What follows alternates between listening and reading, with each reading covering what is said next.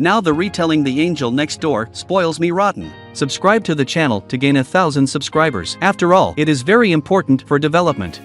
On a rainy day, Amane walks through the schoolyard and notices Mahiru, a popular classmate, sitting alone on a swing unprotected from the pouring rain. He approaches her and offers his umbrella, a small act of kindness that sets their story in motion. The consequences of his chivalry catch up with Amane the following day. His soaked clothes and exposure to the rain result in a stubborn cold. Despite feeling unwell, he trudges to school. After returning to his modest apartment where he lives alone, Amane is surprised to find Mahiru waiting inside with his borrowed umbrella. This unexpected encounter reveals that Mahiru is his next-door neighbor living alone in the adjacent apartment. Struggling with his worsening condition, Amane finds himself relying on Mahiru within the walls of his messy apartment. To his surprise, Mahiru unveils her culinary prowess, cooking a comforting bowl of porridge that eases his illness. Through this, they begin to break down barriers and discover hidden aspects of each other's lives. As Amane recovers, he learns about Mahiru's discomfort with the nickname Angel, a title the school has bestowed upon her. They decide to keep their growing friendship private at school, leading to an unforeseen outcome.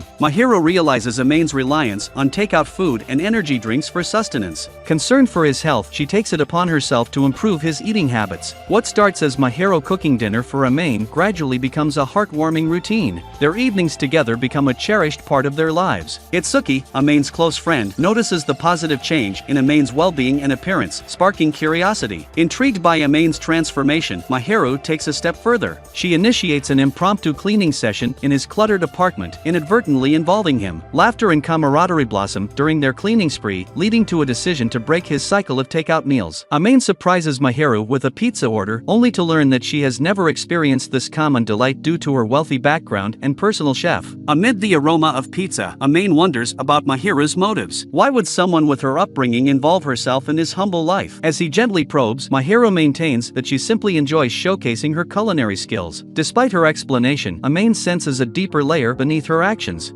Discovering Mahiru nursing a sprained ankle, Amane swiftly carries her home, dressed in his PE attire, to avoid any unwanted recognition. During their journey, Amane casually brings up his desire to savor Mahiru's cooking while it's still piping hot. Intrigued, Mahiru agrees to cook in Amane's kitchen, suggesting they split the cost of ingredients and enjoy the meal together. As they share this culinary experience, they realize the joy of dining in each other's company. Despite their lack of romantic involvement, Amane finds the arrangement unconventional due to their platonic status. Amid their studies, Amane exerts himself to achieve commendable grades. Mahiru, on the other hand, insists on maintaining top-notch scores without divulging the underlying reasons. While skimming Mahiru's student ID, Amane spots her impending birthday. This prompts him to seek advice from his friends Itsuki and Shitos for suitable gift ideas. Despite Mahiru's claim of never celebrating her birthday, she accepts Amane's thoughtful gift of hand cream and a cuddly teddy bear, resulting in genuine happiness. She also discloses her tendency to keep her birthday a secret, underscoring the significance of her acceptance of Amane's gesture.